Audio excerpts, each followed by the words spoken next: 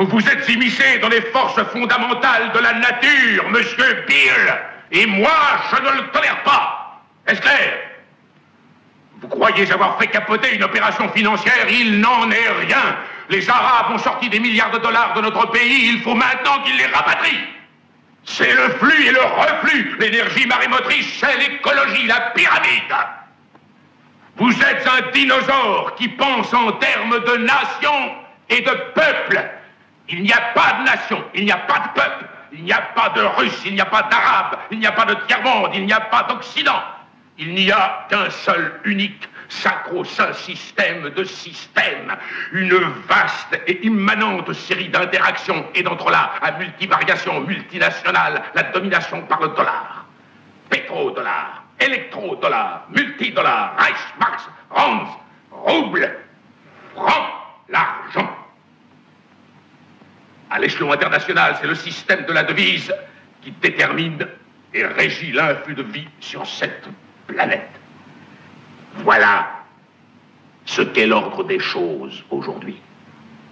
Et c'est ça, la structure atomique et subatomique, la constitution cosmique des forces d'aujourd'hui.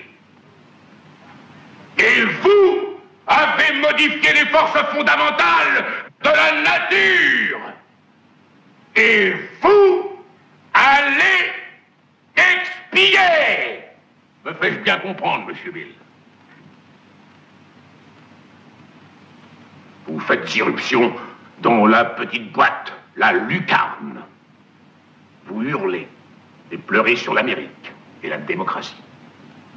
Il n'y a pas d'Amérique. Il n'y a pas de démocratie. Il y a seulement IBM et ITT et AT&T et DuPont, Dow, Union Carbide et Exxon.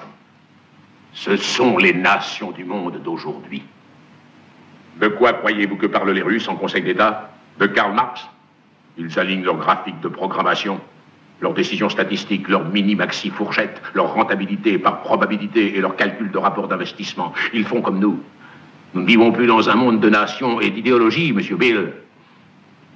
Le monde est un saint collège de corporations, inexorablement déterminé par les immuables ukases des affaires.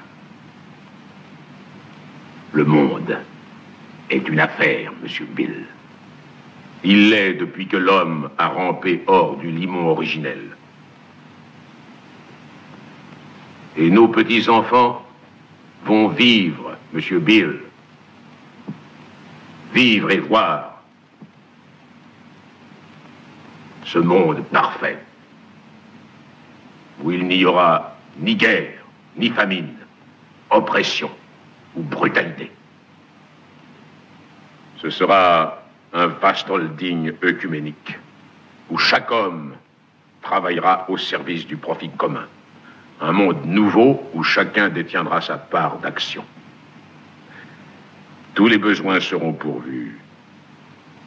Toutes les anxiétés tranquillisées.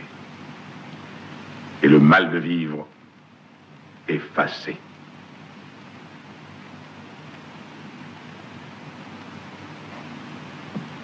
Et je vous choisis, vous, monsieur Bill, pour prêcher cet évangile. Pourquoi moi? Parce que tu passes à la télévision, du schmoll. Un immense public de 60 millions de gens te regarde du lundi au vendredi. J'ai vu la face de Dieu.